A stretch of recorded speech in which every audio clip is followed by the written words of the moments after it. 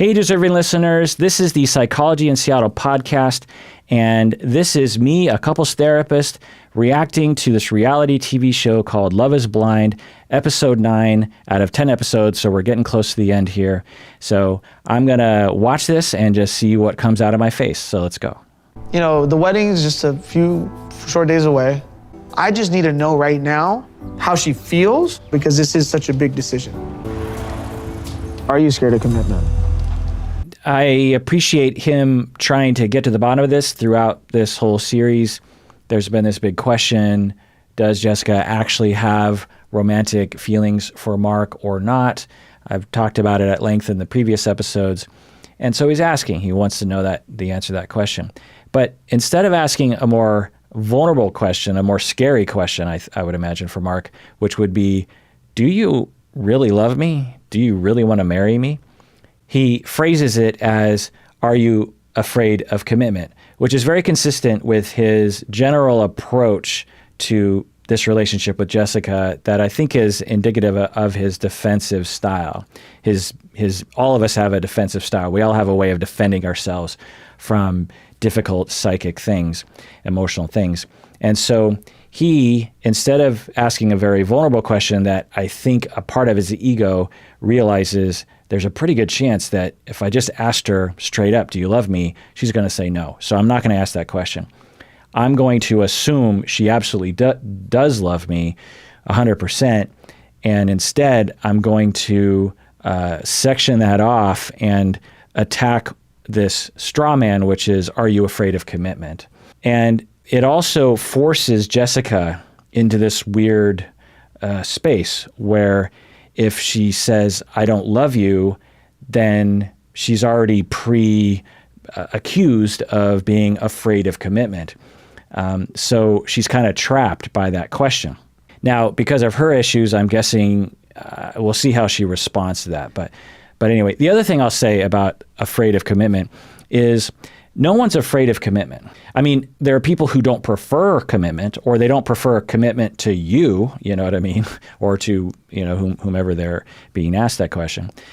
Everyone wants attachments, aside from a very, very select few of people who have disorders that make it so that it's possible that they don't even want or need attachments with other people. But those are pretty rare individuals. So none of us are afraid of commitment. None of us are afraid of attachment. What we're afraid of are rejection, trauma, abuse, disappointment, shame from having to break up with someone years down the line. Some people are afraid of commitment because they're worried that someone's going to fall in love with them, they're going to commit, and then later on they're going to decide, I don't want you anymore, because they've had that happen before. And they felt really bad about that. So yeah, they're quote unquote afraid of commitment. They're not afraid of commitment. They're afraid of hurting someone else's feelings. They're afraid of being dumped later on. They're afraid of not having the opportunity to get with someone else because they want to get with someone else.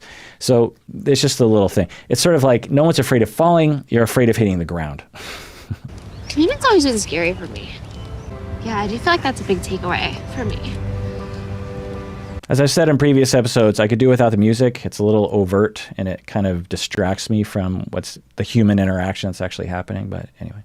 Commitment, I think, is scary. It's like the rest of your life. And so it is. It's always been hard, I think, for me. I think that's why in the past I've gone after things that maybe wouldn't lead there, Or I've tried to escape situations that were leading there. So this has been a chance to look at commitment and what it means and how to do it. And it's not that scary. So I'm not quite sure what's going on with Jessica in this moment. If I were there, which would be weird, I would direct her to really investigate that a little bit more. She says that she's always been afraid of commitment and avoided it. She's been attracted to people that were non-committal, or she would run away from commitment. I would, employ her to look a little deeper on that, because if she just walks away and says, yeah, I guess I'm afraid of commitment, I should not be afraid of commitment, and then just commits without really evaluating, well, what am I exactly afraid of? Like I said before, most people are afraid of rejection or the guilt and shame of having to break up with someone. and being accused of being a terrible person. No one wants that. Or being dumped and just left on the side of the road, feeling like you're left on the side of the road. No one wants that either. And so is that, which of those or both is she really afraid of? Because once she can really face that and process that and heal from whatever trauma she's had in her past that makes her afraid of those things. For example, she talked about in the previous episode how her biological father abandoned her. And so it's possible, I can't diagnose her from afar, I have no idea, but maybe she is afraid of committing because she's afraid of being abandoned. I suspect she's had a number of relationships before this, as most people do, and I suspect that she's been rejected and dumped. I mean, even back as far as when she was like 10 years old and she had a crush on another kid in school and they rejected her. These kinds of things really get under our skin and they're very devastating to us.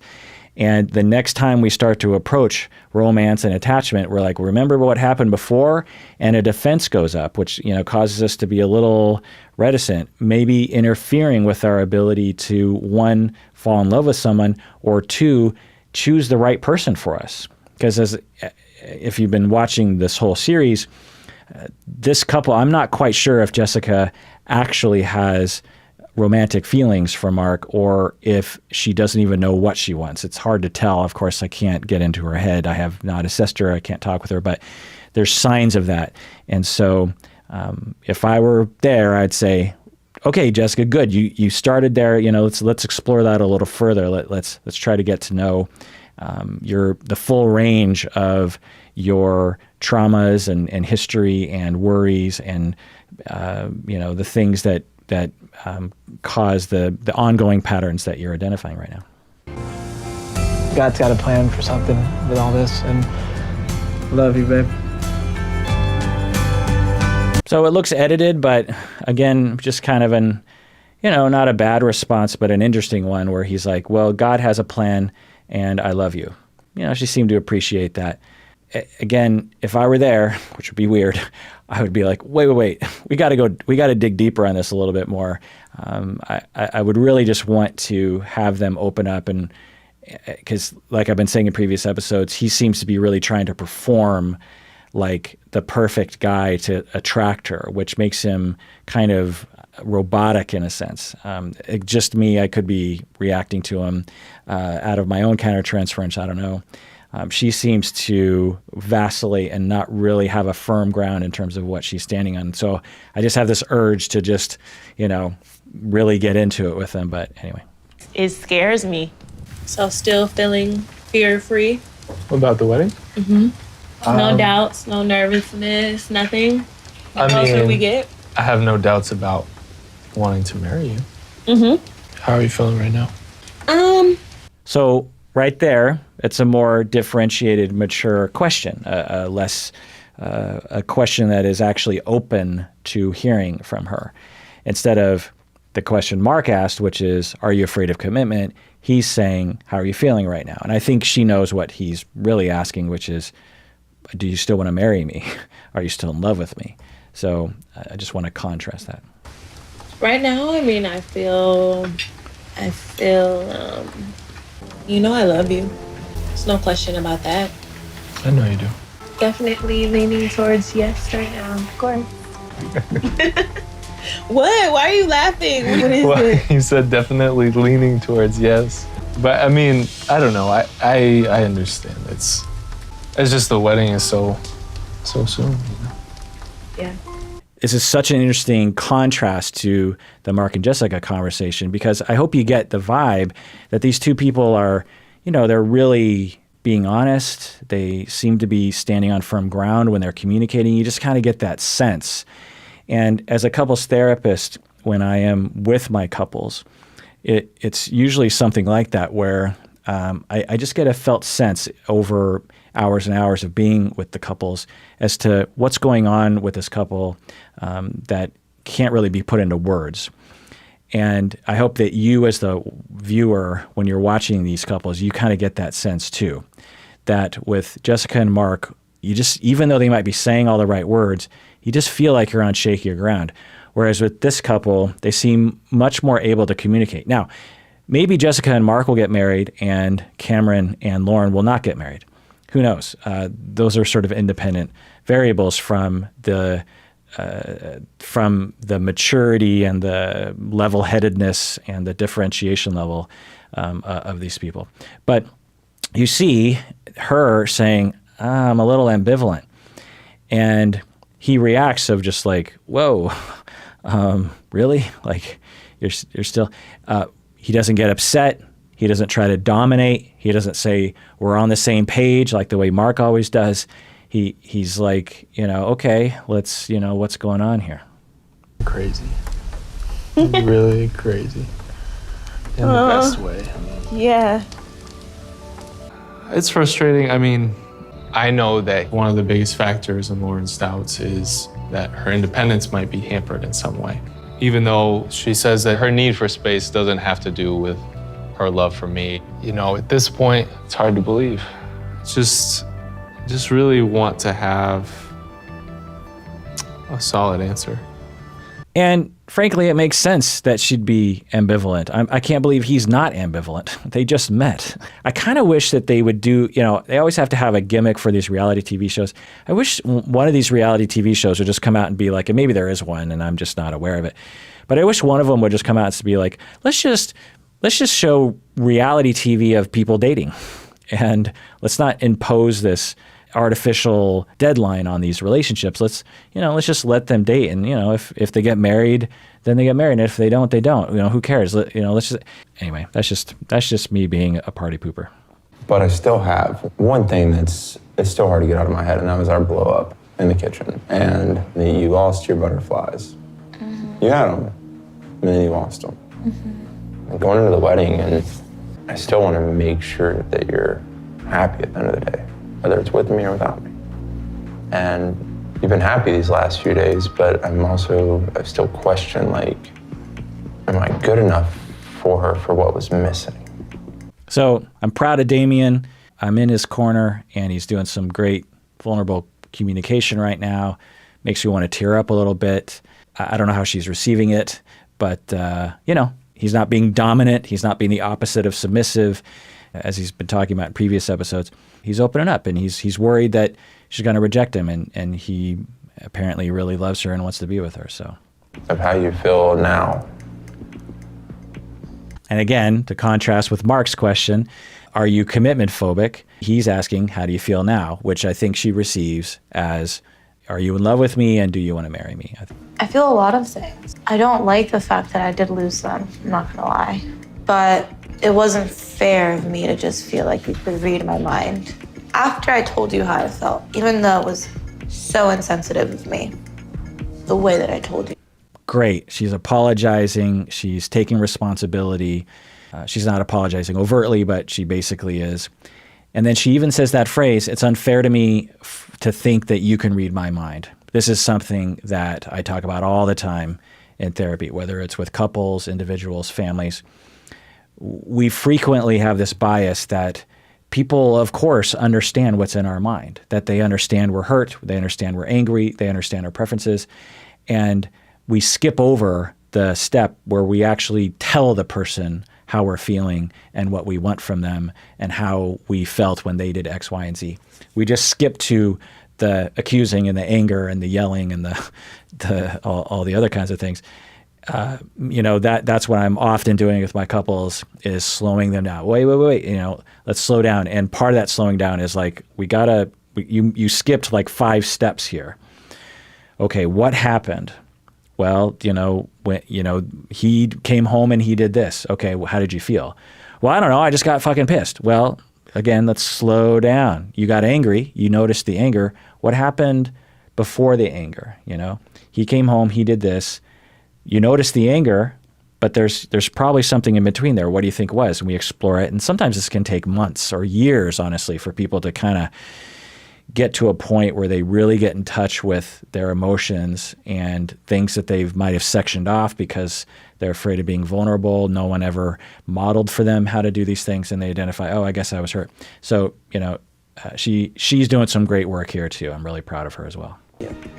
You soaked it up like a sponge, You didn't shy away from it at all. And that was a really hard thing for you to hear. Really hard. Because I would die too. So the fact that you just kind of were like, what would G like? That got me back. So they're back? They're back. I just don't like that they went away. So you're scared they'll go away again? Yeah. So that's really great. Her butterflies are back. I wonder how they got there. Well, as a couples therapist who's always talking about gushy feelings and mushy feelings, I would hypothesize that her butterflies came back because they were able to be vulnerable with each other. They were able to apologize. They were able to express their hurt and their wishes.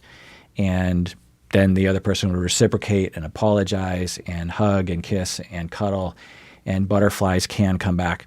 I talk with a lot of people about this. Usually it's in individual therapy, but sometimes in couple therapy. People will say, I've fallen out of love and I haven't been in love for 5-10 years. Is it possible to get it back? And the answer is yes. It is absolutely possible to get it back. You might not get it back. You might not want to get it back. You might not want to put in the effort to get it back. The other person might not want to get it back. You might get it back and the other person might not get it back. These are the questions that make the world go around and, you know, cause all the love songs and the breakup songs and reality TV show. But the answer is yes, it's possible to get your butterflies back. So to mistake I lost my butterflies for, well, that's it, you know, throw in the towel. If you want to, you can, but it doesn't necessitate that. I don't know what made them go away. I'm someone that can push through anything. My butterflies come with me. Yeah. You know? So I would hypothesize, total shot in the dark, that they had butterflies in the pods because they never saw each other and they had fallen in love with each other. There's a lot of intimacy through those conversations, you know. They're just staring at a wall and they had feelings for each other and there was butterflies. What are butterflies exactly? Well, all the philosophers have, you know, asked themselves that question. Again, all the love songs and, you know, all this. So we don't really have science for like what is the butterflies exactly. But one interpretation is that it's anxiety of the space of like unknown, where you want something and it's out there, but you're not sure if you're going to get it, but you're pretty sure you're going to get it and you really want it, you know. So that's one interpretation of butterflies. It could also just be a physiological manifestation of the evolved motivation to be with someone, you know. Anyway, but so they had the butterflies in the pods, and then when they met, they had some conflicts, and it went away for her. And now they're back. Well, I would hypothesize that she fell in love with a man of a certain kind. She fell in love with a certain version of Damien that didn't involve them actually seeing each other or having to deal with each other's lives and phones and that kind of stuff. Then they met in a different context in these, you know, apartments, and she had to fall in love with him kind of again in a certain way. And this happens to a lot of couples. You are dating and you fall in love with each other. You see each other, you know, 2 or 3 times in a week or something. It's always dancing and movies and karaoke and dinners and fun parties, and you know, it's all this fun stuff. Then at some point, maybe you move in together. Well, there's another process there. You have to fall in love with the person. Not every couple goes through this, but a lot of couples do, and it can be very distressing because you move in together and you're fighting and you seem to lose something there. And then if you stick through it and you know your relationship is compatible enough, you make the choices to actually work on things, you express your vulnerability, and you can kind of fall in love again in a different context. Then you have kids, and that's an adjustment. And in the beginning, there can be a lot of fighting for parents in that situation. Again, there has to be a negotiation of that stage of the relationship, and then you can fall in love again. But sometimes they don't. But if you do, you can fall in love again. Then the kids move out, and now suddenly, you know, you're middle age or older, and you are in a new phase, and you have this new. Again, not all relationships do this. There's very few universals to a couple's life cycle, but a lot of couples will have this crisis where they lose, quote unquote, the butterflies after the kids move out, and then you have to fall in love with each other again in this new context. So that's how I would conceptualize how she had the butterflies. She lost it when they moved in together and actually saw each other, and then she's getting them back. Just the thought of walking down the aisle and committing myself to someone for life just makes me so nervous that I want to vomit. I know that the truth may hurt Cameron's feelings, but it's important to me to always be open and honest, especially with a man that I'm possibly gonna marry. We don't have time to lie to each other to protect each other's feelings. We need honesty, no matter how much it hurts. Wonderfully differentiated, mature attitude with the person you're supposed to be the most honest with and love the most. You don't want to hide these important details, even if it might hurt the other person's feelings. This is a very differentiated, very mature attitude that she has. She has that strength to say to her, because what happens for people on the inside, and I talk about this a lot with people, is because there's a lot of people who, because of their difficulties growing up, they don't have either the modeling, people showing them how to do this, or the connection with themselves, or the self-assuredness in themselves, or the self-love to be able to do this, which is to say, I am not sure if I want to marry this man. He really wants to marry me. If I tell him I'm not sure, it's going to hurt his feelings. But what am I going to do? Lie to him? Because if I end up being with him, then I'll always have that thing hanging over me that I lied to him. I want to be honest with him. But it's going to disappoint him. He's going to be hurt. And then I'll feel guilty for hurting his feelings. He might also reject me and run away from me, even though I still do want to be with him. So by me being honest, I risk him running away from me. So the ability to kind of sift through all that of just well, crap, there's a lot of bad consequences that could happen if I'm honest. It would be so much easier if I just told him what he wanted to hear and say, yes, I'm 100%, I want to marry you. So the ability to sit with that for a while and think, well, no, one, I value honesty, and two, if anyone I'm going to be honest to, it's him. And yeah, he might get disappointed, he might even run away from me, but I'd rather live in that world than a world where I'm lying to myself and to him, because that's wrong to him, even though it would even though I'd be telling him something he would want to hear. He definitely doesn't want me to lie about it. So it takes an ability to stand, because you're standing alone in that moment. You might get some people supporting you, but you're in this moment, standing alone. You got to stand on your own 2 feet and say that kind of thing. And the only way that we develop that strength and that self-assuredness and that security is through secure attachments growing up. She had probably good enough parenting to make her feel secure in her relationships and in herself, and to, because it's a risk. What if he rejects her? Well, if you're not 100%, then I'm not 100%. Well, there needs to be a part of you that says, well, if he leaves me, I'll be okay. It'll suck. It'll hurt. I don't want him to leave me, but I'm a good enough person, I'll survive it. We need that core in order to survive the very rocky waters of the rapids that happen in relationships. It's a weird analogy, but anyway. Sorry, metaphor, weird metaphor. I feel like that.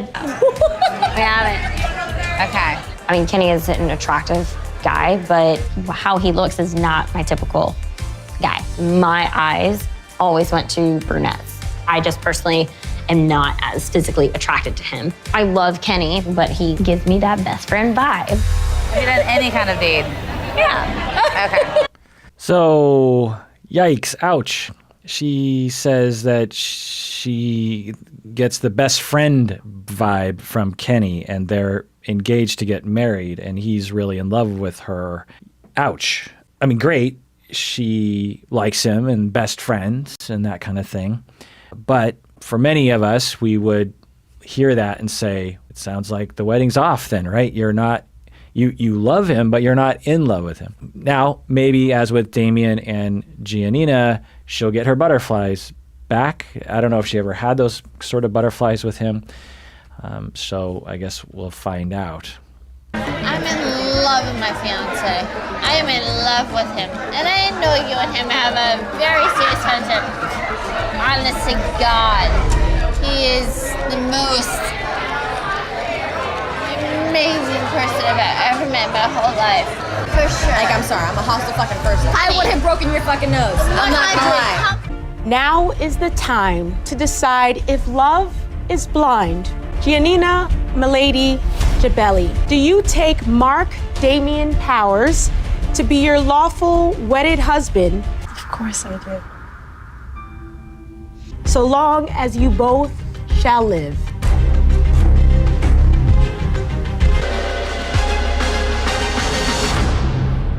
What? So they just end the episode like that? Well, it's Netflix, so let's just watch the next episode. I can't take it. I do not. Oh! Wait, what? He doesn't? Wait, what? I thought... Oh, ouch. In front of your family and friends and the world. Rejected. Is this what all reality TV shows are like? I mean, I don't watch a lot of reality TV. This is, if I always have to think, well, there's a chance this is all fake and they all planned this before they went up there. You know, producers and, you know, these people want to be on a reality TV show. But there's also a possibility this is real. And that's heartbreaking. I wonder if she regrets or he regrets coming on the show to begin with. And why do you have to wait? I mean, I'm sure the producers have something to do with this. Like, why is he waiting until all her family and friends and everyone gets all dolled up and into the chapel? And I have to think that if he had half a brain, he would have been like, well, I should probably tell her the day before that I'm going to say no. Because he doesn't seem like a heartless person. I don't know. I'm having a lot of sort of feelings about this. It's like, how much of this is produced? How much of this was just them wanting to create drama? Because, you know, maybe the producer said nothing, and these actors, which they are, but, you know, they're being themselves too, presumably, at least in part. Maybe they're like, ooh, I'm going to get a lot more Instagram followers if I am notorious on one of these reality TV shows. I don't know. I just thought that he was into her, and this just seems so strange to me. What is his explanation here?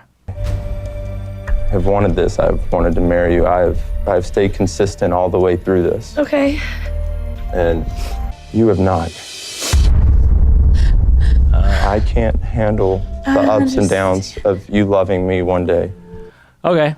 I mean, makes sense. You're like, you've been up and down. You've yelled at me a lot. You've loved me, and then you had butterflies, and then you didn't. And I'm worried that this is going to be a problem. Now, what normal situations would provide is more time of just like, well, we've only been dating for a couple months, so let's just continue dating and see how things go in a few years. The premise of this reality show presents this artificial intensification of this moment that, you know, doesn't lend itself to the normal progression of relationships. So, yeah, anyway. All right, well, this is the last episode, so presumably they're going to have 4 more weddings in this episode. This is interesting. Let's watch some more. But I feel bad for the two of them. Honor and keep him as long as you both shall live. I do. I will. Absolutely. As long as you both shall live. Oh, I do. 100%. I can't imagine a life without you. Good, because you're stuck. Okay, so I guess some people do get married on this show.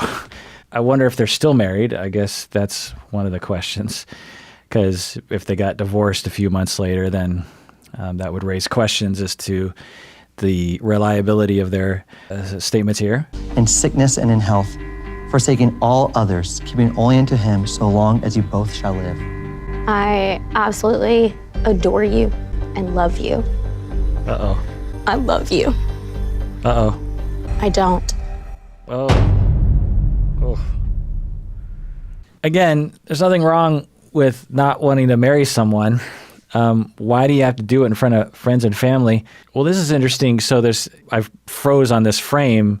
All of her family is now laughing. What's going on there? I'm guessing the producers aren't really happy with that. They probably want this to be a more somber moment. They don't. And look at all of them. Anyway. You still want to marry her in the future? I really can't answer that question right now. And it's completely, you have to actually, respect the fact that I'm telling you this. I don't know. And please stop recording this, because it's not, that's wrong. What? What you're asking me. How you feel about Kelly? This is not about how I feel about Kelly. I'm not gonna have things filmed. Please stop recording, Jimmy. We're not getting married. I don't know if we're gonna maintain a relationship, and it's, quite honestly, it doesn't matter either way.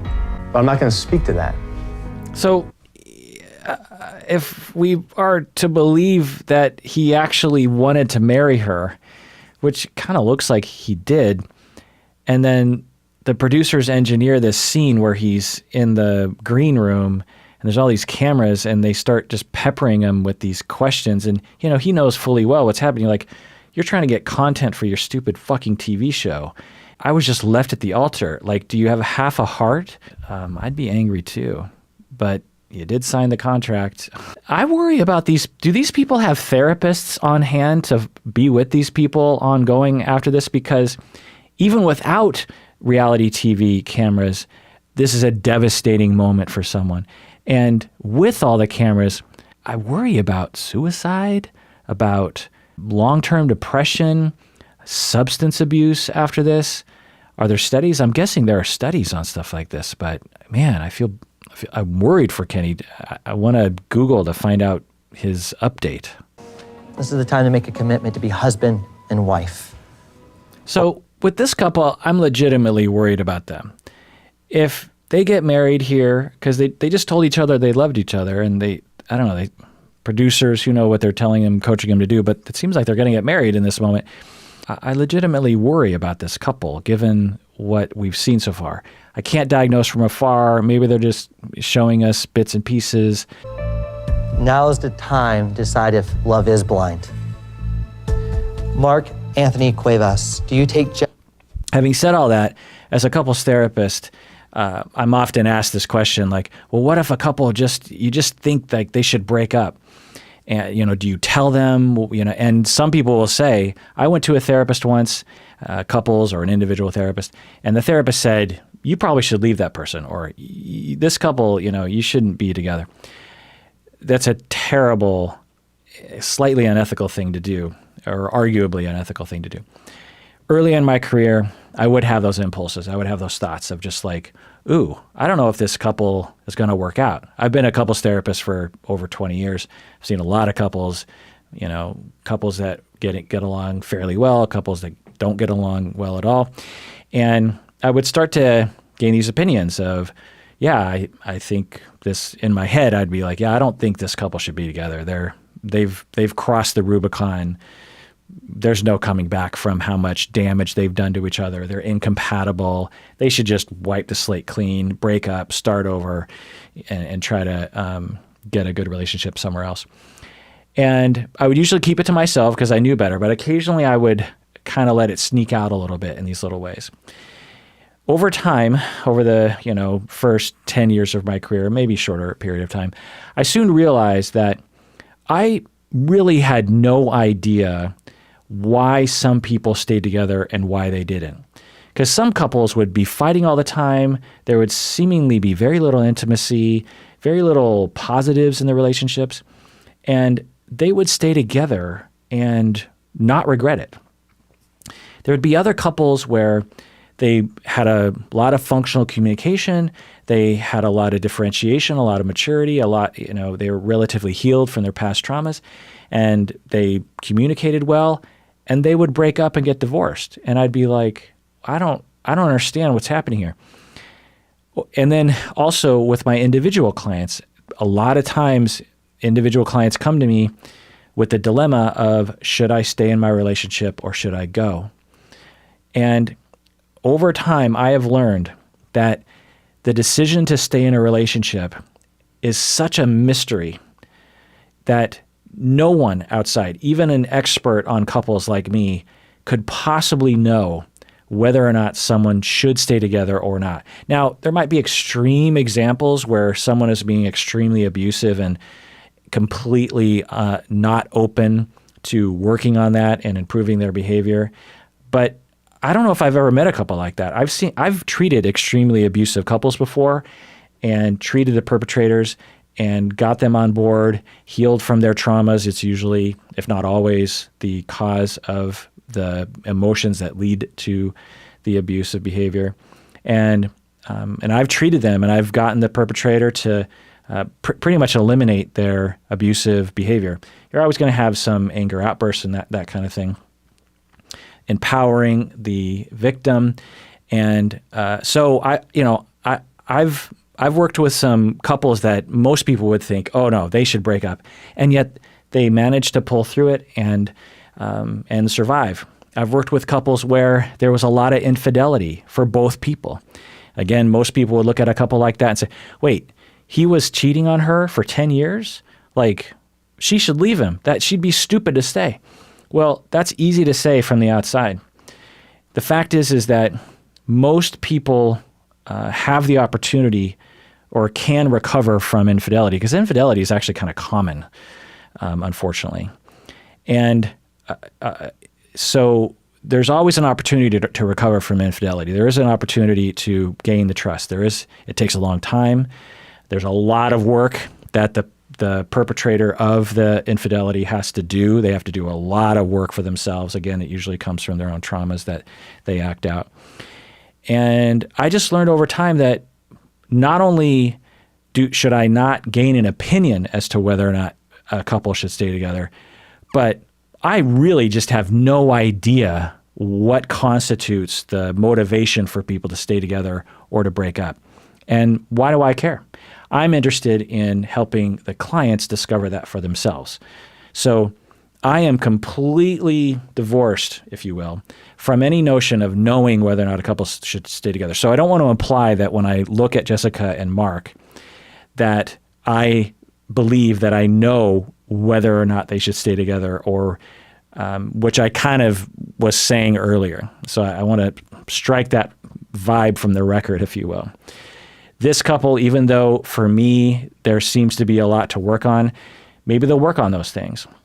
Maybe there's enough compatibility there that will keep them together. You know, I really absolutely in my bones know that I don't know whether or not they're a good couple for each other or not. So I just want to be clear about that. Honor and keep her in sickness and in health, so long as you both shall live. Two.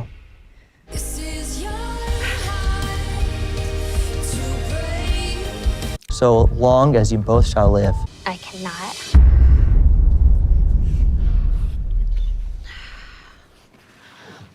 Maybe for the best, given that she has been seemingly to me extremely ambivalent about whether or not she is even attracted to him, let alone in love with him. So maybe for the best. Having to say no to someone at the altar is not anything anyone ever wants to do. But I'm not walking out of here with reservations with a wedding band on my finger. There's no way in hell. Like, I've been around the block, my parents are divorced, and I'm too much of a realist to take this big of a chance. I'm not gonna do it. And I guess I'll apologize to whoever I need to apologize to, but I'm not gonna apologize to myself because I'm not actually. I guess I'll apologize to whoever I'm going to apologize to. What does that mean? I guess I'll apologize to whoever I'm supposed to apologize. What did she say? I guess I'll apologize to whoever I need to apologize to, but I'm not going to apologize to myself. I guess I'll apologize to whoever I need to apologize to. Now, the producers, maybe they're editing this and she showed more remorse at other times and they edited that out because they wanted to villainize her or something, but that's a pretty awful statement. I guess, you saw how the other people react when when they had to refuse or deny the people on the stand, Damien, for example, he showed that he felt bad. He felt remorse. But for her, she's just like, well, I guess I'll apologize to whoever but I'm not going to apologize to myself. It's not as if there's something evil about her. To conceptualize this based on, the very little bit of data that we've been given on this show that might be edited and filtered in a certain way. But for educational purposes, I can't diagnose from afar, but if I was to take some kind of stab at the data, if I was to conceptualize the data that have been given to us, which isn't the full personality, I've been hypothesizing that both her and Mark have a lack of differentiation, meaning that they don't really have a firm sense of who they are deep down. They're not connected with their emotions and their wants and their needs, and they are reacting to other kinds of things that don't necessarily get at what their needs are. And there's two effects from that. One is you end up just doing things in a haphazard, chaotic way because you don't really have a central guidance system. The other thing is you rarely get your own needs met. And so when you walk around with this chronic sense of not getting your needs met, it's hard to feel bad for other people because you're hurting so much yourself. I'm guessing that Jessica is hurting a lot and has probably, totally unknown, total speculation based on very limited data. There's a chance, at least she shows the signs, that she's had a lot of not being able to get her needs met. Not necessarily because the world has treated her badly, but because she wasn't parented in a way that gave her a chance to really get connected with her wants, with her needs, with her impulses, with her emotions, so that it can inform her decisions so that she can get her needs met. One way of looking at the human personality is it's all an effort to get our needs met. We have attachment needs. We have needs for food and for self-esteem and power and competence and to help others and to take care of other people. And the only way we know the nature of those needs and when those needs have a need to be met and when those needs are being met, the only way we know is when we're given a chance early in life to get in touch with ourselves, which is usually like ages 2 through 5, maybe even just 2 through 4. And if we're not parented in a very attuned manner, you can be abused, which can interfere with that connection. You can also have parents who are lovely people and loving in a sense, but they're just not very good at attuning to your emotions. Because when you're 3 years old and you're having an emotion, and your parents reflect that emotion to the child, the parent's like, oh, you're feeling frustrated. Oh, you're feeling hungry. Oh, you're feeling joy. The child learns like, oh, this person's putting words to my emotions. I'm starting to get in touch. Oh, is that what that feels like? Okay, now I know what joy feels like. Okay, now I know how to produce more of that joy. Oh, now I'm feeling frustrated. I have a word for this feeling I'm having on the inside. How do I avoid feeling frustrated? Now I'm feeling affection for someone else. How do I get more of that? If you skip that important part of your life, it's hard to gain that later in life. It can be gained, absolutely. And I've worked with many clients on this. And everyone is kind of continually trying to refine that connection with their core self. So anyway, when you lack that connection, you lack a self, you lack connection to yourself, and you lack differentiation, you're suffering to such an extent that when you hurt someone else's feelings, you're kind of like, well, isn't everyone walking around in pain? Why do I have to take care of you?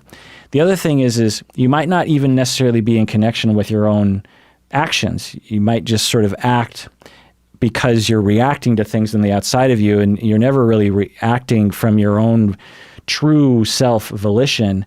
And so you might not think that your actions you're responsible. You might not feel like you're responsible for your actions. Anyway, so that's the way I would compassionately conceptualize the way that Jessica is acting right now. I guess I'll apologize to whoever I need to apologize to, but I'm not going to apologize to myself because I'm not actually sorry. I'm gonna be okay. Lauren Michelle Speed, do you take... I will say I'm enjoying a lot of the man crying because The more examples we see of men crying on TV, the more men are liberated to express the full range of human emotions. So it's good to see. So long as you both shall live. I do. Lauren and Cameron, today you guys have definitely proved that love is blind. All right, well, that does it for 10 episodes of the reality TV show Love is Blind, and this couple's therapist reacted to every little bit of it. If you've been with me this whole time, my God, we've been on quite a journey. I thought that I would have very little to say in reaction to this. I thought, well, there'll be little quips, maybe a few minutes here and there, but there's just so much to say, and it's interesting because, and a lot of you have commented on this, is like, it provides this real life example, whether it's doctored or not, for us to analyze and learn from. Not only how to conceptualize things, but also for ourselves of like, oh, I've made that mistake before. How can I avoid making that mistake? I hope that you out there, through this experience, can deepen your relationships, increase your vulnerability, slow down during conflict, take care of the other person, reach out, put your hand on them, hug them, kiss them, explain to them when you're hurt. Don't assume that they know what's in your mind. Trust that they love you, and if you tell them that you're hurt and you're scared, that will provoke a empathic response from them that you'll really revel in and you'll really enjoy. I hope that you understand that when we cover all that up with anger and accusations and stonewalling and contempt, that doesn't give us anything. That just usually leads down a road towards breaking up. And if we don't learn from our mistakes, we're just bound to repeat that pattern over and over and over again. By defending ourselves against rejection, we create rejection in our lives. And by finding people that we can trust and taking that leap of faith with people that are trustworthy, telling them when we're scared, telling them when we're hurt, not accusing them, giving them a chance to rise to the occasion, we can build the relationships that we deserve to have, because we all deserve, secure attachments. We all need secure attachments. We thrive in secure attachments. We are more anxious when we're alone. We're more depressed when we're alone. We have less meaning in our lives when we're alone. We live for a shorter amount of time. We die sooner when we're alone.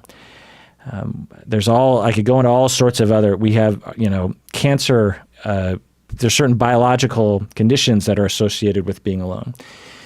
We are attachment-oriented creatures. We need attachment in the same way that we need air and water and food and shelter.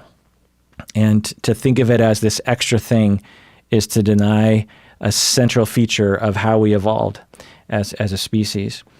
So I really hope that this series has helped with that, because you out there deserve to have secure relationships. Everyone out there, if you haven't yet become a patron of the podcast, do so now. Go to patreon.com. That's how I know you like this stuff. When you become a patron of the podcast, that gives me the ability to take some time away from my regular job so that I can dedicate to stuff like this. If you want more content like this, please become a patron of the podcast. And please take care of yourself, because you deserve it. You really, really do.